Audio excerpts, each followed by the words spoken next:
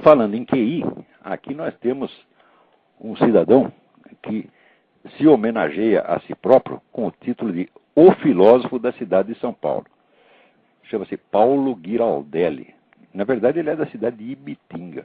Ibitinga é uma cidadezinha no interior, famosa pelos seus bordados. Essa é uma cidade onde eu ia muito quando era pequeno, porque lá morava a minha querida tia Ofélia, né? E o ramo turco da família, meus tios Salim, Naim e Elias.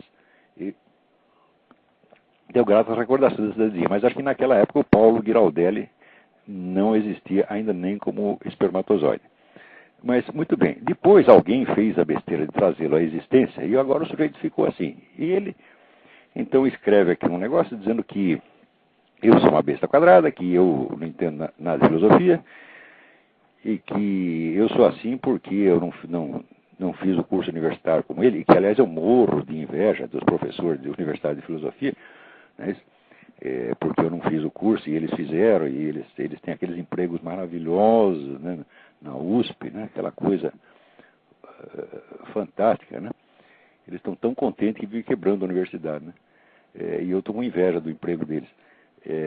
E daí ele diz o seguinte, diz que eu cometo um erro, assim, crasso, imperdoável, porque eu classifiquei num artigo, eu disse que, segundo Platão, os filósofos são amantes de espetáculos. E diz aí o Paulo Giraldelli, qualquer criança sabe que no livro V da República, o Platão estabelece uma diferença radical entre os amantes de espetáculos e os filósofos, né? Digo, olha aqui, Paulo Giraldelli, tu é um analfabeto, tu é uma besta quadrada fora do comum. Né? O que o Platão faz é o seguinte, ele distingue entre dois tipos de amantes de espetáculos. Aqueles que gostam de qualquer espetáculo, que se deleitam no espetáculo das aparências, e aqueles que se deleitam no espetáculo da verdade. Então são dois tipos de amantes de espetáculo. Então está na cara que o filósofo, segundo Platão, é um amante de espetáculos. Só que o espetáculo dele é a verdade, é o ser. E os dos outros são apenas aparências. A distinção caracteristicamente platônica. Mas que a oposição que você está falando só existe na sua cabecinha. Aliás, se você está citando esse negócio do livro V da República, é porque alguém te chamou a atenção para esse trecho, que é o único que você conhece da República. Se você tivesse lido o livro, seria impossível você ter pulado a página 1. A página 1 do livro 1, no qual Sócrates diz que foi ao Pireu para quê? Para assistir a um espetáculo. Tá certo? Então, o que ele foi fazer lá se ele não gostava de espetáculos? Então, é claro que, se a distinção feita no livro V já não fosse clara por si mesma, não esqueça que ela está no contexto de uma narrativa que começou com Sócrates indo para ver um espetáculo. Tá certo? Então, não existe oposição nenhuma entre o filósofo e o amante de espetáculo, porque o filósofo é um deles. A diferença é que o espetáculo que ele gosta é um, e o espetáculo que o espectador vulgar gosta é outro. Agora, o Paulo Giraldelli, né, além disso, ele se coloca entre os filósofos, e ele fala lá, atribui algumas qualidades ao filósofo, uma delas é transcender suas próprias ideias políticas, raciocinar acima da sua própria ideologia ou grupo partidário, e que só os filósofos conseguem, não as pessoas comuns, como Olavo de Carvalho e Adolf Hitler. A frase é tão idiota, tão despropositada, que não dá nem para comentar. Você está entendendo? E, claro, que atribui, vamos dizer, me atribui ideias fascistas, não diz quais são, a não ser que ele considere, por exemplo, ser contra o aborto é fascista, talvez ele concorde com a dona Jandira Fegali. E o pior é o seguinte, é que o artigo dele tem como título, né, uma frase do Fernando Henrique Cardoso, que diz: não é preciso ser burro para ser de esquerda. Quando todo o artigo é uma demonstração precisamente do contrário. Tá certo? É preciso ser burro para ser de esquerda, mas ser burro, só seria por causa de dizer, ser burro não basta. É preciso ser burro e também ser vigarista, como esse Paulo Giraldelli. Você é um vigarista, mentiroso, safado, vagabundo, tá certo? A sua parna, tá certo? Não serve para absolutamente nada, a não ser para você exibir sua mulher pelada, que você gosta, né? Tá oferecendo, tá certo? Quer dizer, Paulo Giraldelli, quer saber uma coisa? Vai tomar no cu.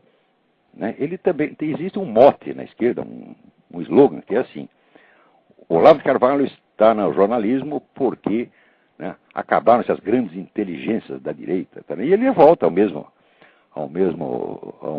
tema, né, dizendo que acabaram-se os grandes pensadores da direita, entre os quais José Guilherme, ele escreve Melchior. Ó, Melchior, rapaz, vai pra merda. O que é isso? Quer dizer, tu não leu nem o nome do autor que tu está comentando, né? E vem querer ensinar a mim o que Platão disse ou deixou de dizer? Ora, porra! Quer dizer, olha aqui, isso aí são dois vigaristas, dois trapaceiros, tá entendendo? Isso aí tem que acabar no Brasil. Esse pessoal tem que sair da função pública, sabe? Qualquer função pública, mesmo na internet. Tá? Você tem que ser tirado de lá, tá? Com o pé na bunda e com os paradas, tá entendendo? Ainda com uma enxurrada de palavrões, assim, apocalíptica, né? Ora, porra. Como é que os caras querem que eu não diga palavrão? Não é possível. Note bem, no Brasil agora, você pode ensinar as crianças na escola que elas, né, como é que se dá o cu, etc, etc. Mas eu não posso mandar ninguém tomar no cu. Como é que é isto? Filósofos da cidade de São Paulo, para bem para pensar, né? Em São Paulo viveram o Mário Ferreira dos Santos, o Miguel Reale, o Vicente Ferreira da Silva e o William Flusser. Tá certo? E o cara diz que ele é o filósofo da cidade de São Paulo. Meu filho, você não é filósofo da cidade de São Paulo, tu não é o filósofo da Barra Funda, tá certo? Tu não é o filósofo da tua rua, tu não é nem o filósofo do teu banheiro, tu é o filósofo da puta que eu pariu, isso na melhor das hipóteses. Se vocês bem se lembram, o começo da história foi porque ele disse que eu cometi um erro crasso num artigo ao classificar os filósofos como amantes de espetáculos. E daí diz ele aqui, isso nesta mensagem agora. Era um erro crasso, maluco, pois lembro da minha primeira leitura de Platão no colégio por volta dos 14 para 15 anos. E lembro bem dos meus professores. Todos nós sabíamos que amante de espetáculo é uma coisa e filósofo é outra. É uma distinção clássica em Platão. Para um comentador que insiste nessa distinção, veja Daniel Devereux, Plato Metaphysics em C. Shields' Ancient Philosophy, editado pela Blackwell. Bom, isso aqui como começou. Daí, eu expliquei que tanto o amante de espetáculos comum quanto o filósofo são ambos amantes de espetáculos, que pertencem ao mesmo gênero, havendo apenas uma diferença. Eis aqui o trecho que ele cita. Eis aí abaixo o Olavo de Carvalho reiterando o erro dele e, pior, aprofundando ainda mais o erro. Abre aspas para a citação que ele faz de mim. O que o Platão faz é o seguinte, ele distingue entre dois tipos de amantes de espetáculo. Aqueles que gostam de qualquer espetáculo, que se deleitam no espetáculo das aparências, e aqueles que se deleitam no espetáculo da verdade. Então, são dois tipos de amantes de espetáculo. E aí vai o Giraldelli, né? Dizendo que isso é um erro crasso, que é medonho, que eu estou ainda redobrando o erro, mas que ele, aspas, como filósofo que tem responsabilidade para com a juventude, né, ele vai pôr a coisa em pratos limpos e citar aqui diretamente o trecho da República. Em seguida, ele cita o trecho da República, 476A e B, em inglês. Né? Muito bem, nesse trecho, de fato, Sócrates faz ali uma distinção entre o amante de espetáculos e o filósofo, tá certo? Não preciso ler o parágrafo inteiro, de fato é essa distinção que está ali. Muito bem. Acontece que é o seguinte, ele cita aqui República, mas não diz qual é a edição nem nada. Como ele citou antes o Daniel Devereux, está na cara que é um trecho que ele extraiu do artigo do Daniel Devereux, colocado no livro Ancient Philosophy de C. Shields, né? Muito bem. Acontece que se ele tivesse lido a República, ele jamais poderia chegar à linha 476A sem passar pela linha imediatamente anterior, que é 475D, na qual, vejamos, aqui eu fui conferir o negócio, eu me lembrava claramente disto, mas no programa passado eu não citei o texto, né? Com linha e número, e não citei de propósito, para esperar que ele citasse, porque eu queria saber de onde ele tirou essa bobagem. Né? Então, vamos ver aqui, eu fui conferir agora em duas traduções, duas das muitas que eu consultei ao longo da vida. Uma é a do Paul Shorey na Loeb Classical Library, que é acompanhada do original grego. E outra é do Leon Robin, que foi editado pela Pleiade, que foi, sem dúvida, um dos maiores estudiosos de Platão no século XX. Então, eu vou ler aqui primeiro a do Robin, depois a do Paul Shorey, e depois vou ver como está no original, e vocês vão tirar definitivamente esta dúvida. Então, o interlocutor pergunta ao Platão, note bem, não se os filósofos são amantes de espetáculos, mas se os amantes de espetáculos, em geral, são filósofos.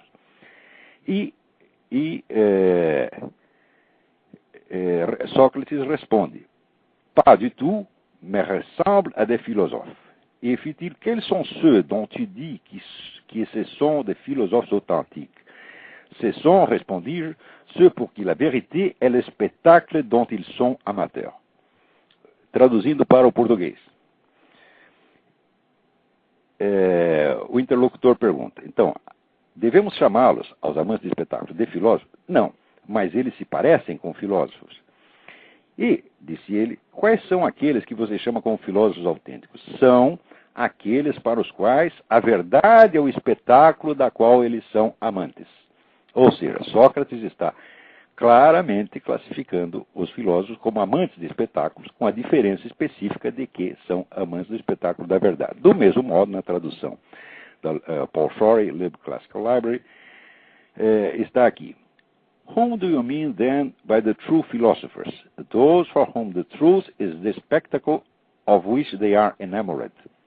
Ou seja, são aqueles que estão enamorados do espetáculo da verdade, como os outros estão enamorados do espetáculo da aparência. No original grego, a coisa é ainda mais forte. Tois tes aleteias en dego philotheamonas. Philotheamonas é como se diz amante de espetáculo em grego. Então, o filósofo é o philotheamon da aletheia, da verdade. É o amante de espetáculo, do espetáculo da verdade. Isso está muito claro na linha imediatamente anterior. Não é isso? Ora, se o Paulo Ghiraldelli tivesse lido a República, ele não chegaria à linha 476 sem ter passado pela linha 475. Mas como ele jamais leu a República, ele apenas pegou este trecho citado no Daniel Devereux, então ele ficou com a impressão de que a distinção entre os amantes de espetáculos e os filósofos não é uma distinção de gênero e espécie, mas é uma distinção radical absoluta, é uma distinção de substâncias, quando está na cara que é uma distinção escalar. Existem aqueles que amam o espetáculo das aparências e existem aqueles que vão além das aparências e amam o espetáculo da verdade. Isso está muito claro para quem leu a República. Agora, para quem catou um trechinho do Daniel Devereux, tá certo? E quer esfregar na minha cara, mostrando para se fazer de superior, tá certo? Pegar isso aí e esfregar aquele diplominha de merda dele, aí é outra coisa, tá certo? Então, esta é a diferença, tá certo? Entre esta molecada que sai com diplominha da USP e um estudioso de verdade.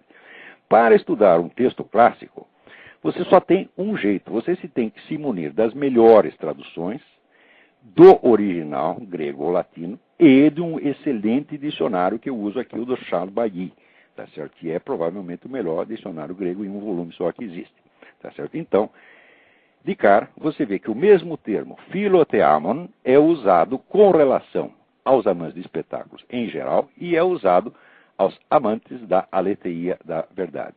Tá certo? Não há a menor dúvida quanto a este ponto para quem quer que tenha lido a República.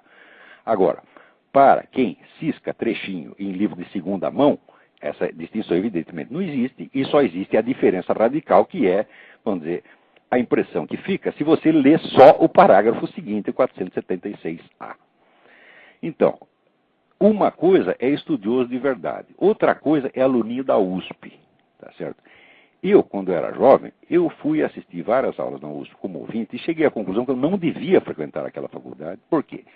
Eu ia perder 1h30 para chegar lá, outra 1h30 para voltar, várias horas por dia em assembleias estudantis, debates idiotas, tá certo? E não ia estudar coisíssima nenhuma. Então, fazendo as contas, essas 6 ou 7, 8 horas perdidas seriam melhor aplicadas se eu ficasse em casa e se eu estudasse 3 horas por dia, que aliás é o que Aristóteles recomenda, umas 3 horas por dia, tá certo? Não passar disso porque a cabeça humana não aguenta.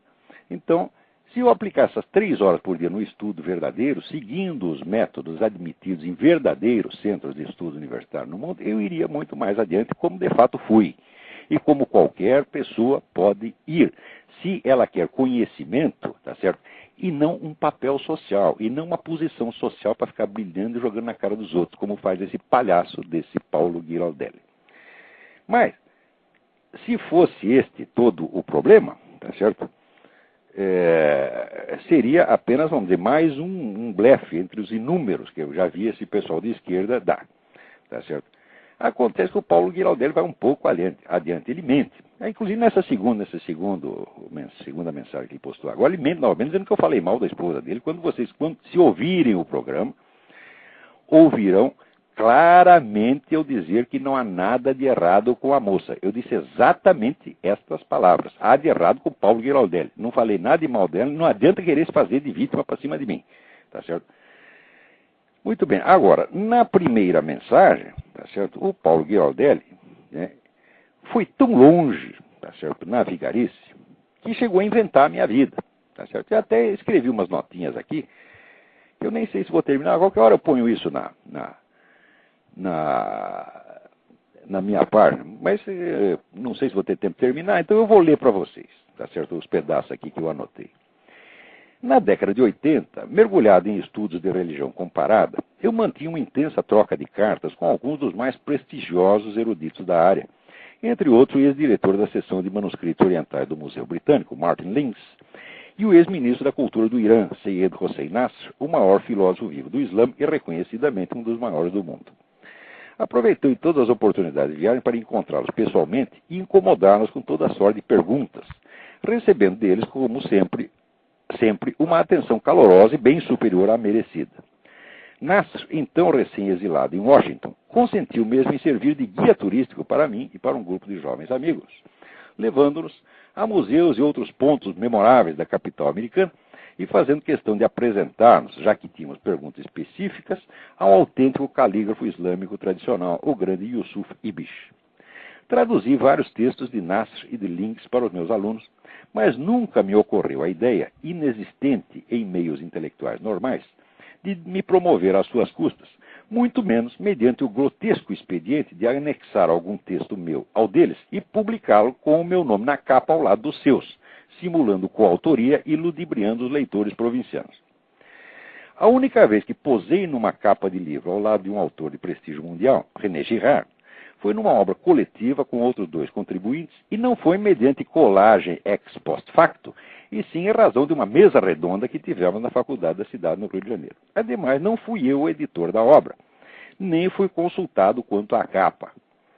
Se fosse, eu jamais me coloco como coautor, porque houve uma conferência principal, que foi a do René Girard, e houve 3 intervenções, 3 comentários, tá certo, feitos depois, um dos quais o meu. Portanto, eu não sou um coautor, eu sou um comentador. Você pode colocar o meu nome na Folha do Rosto como comentador, jamais como coautor. Mas a edição foi iniciativa deles. Muito bem. Conto essas coisas para dar aos leitores a medida exata do personagem do qual me vejo obrigado a falar nas linhas seguintes, o qual construiu uma carreira acadêmica inteira, fazendo amizade com o filósofo americano Richard Rorty, o que não era difícil, sendo Rorty notoriamente o mais gentil embrulhão intelectual de todos os tempos, escrevendo prefácios para os textos dele e em seguida estampando-se a si próprio na capa como coautor, em vez de recolher-se modestamente à folha de rosto como prefaciador ou editor, como é certo e usual fazer nessas circunstâncias, e como fiz com os textos de Mário Ferreira dos Santos e Otto Maria Carpo, e até com os de um autor totalmente desconhecido do público paulista, o poeta e filósofo pernambucano Ângelo Monteiro, cujos ensaios reuni e lancei na praça. Não parasitei em proveito próprio nenhum dos autores ao quais servi com modéstia e sinceridade de canal para que chegasse ao público. E não vejo nisso nenhum mérito especial, apenas a obediência normal e rotineira a uma regra mínima, que, por seu caráter elementar e incontornável, é menos de honestidade intelectual do que de saúde pública. Quer dizer, isso é uma regra, vamos dizer, de saúde pública, que ninguém que esteja no meio intelectual pode ignorar. Quer dizer, se o sujeito começa a constar na capa como coautor de textos dos quais ele acrescentou um comentário, então, evidentemente, é um picareta, é um vigarista. Vocês podem imaginar, portanto, o desgosto que sinto ao ver-me constrangido a prestar atenção a um personagem que só chegou a ocupar algum espaço, ainda que modestíssimo, por meio do mais torpe e mesquinho dos expedientes editoriais, e cuja mais alta realização intelectual até agora é um filminho pornô estrelado por ele próprio e sua esposa, do qual voltarei a falar mais adiante. Ao longo da vida, discuti com vários tipos desprezíveis, mas eram vigaristas intelectuais, e não vigaristas tout court, vigarista no sentido material da palavra, ao menos segundo o que eu pensava na época. Quando depois eu soube que o professor Emir Sader se enquadrava na segunda categoria, já era tarde, o debate já tinha acabado. A trapaça intelectual pode ser combatida mediante simples denúncia ao público, mas a trapaça pura e simples é algo que não cabe discutir, algo que requer uma ação punitiva de ordem jurídico-policial, se ela for possível, que no momento não é, porque estando eu aqui nos Estados Unidos, não vou poder processar o cara aí.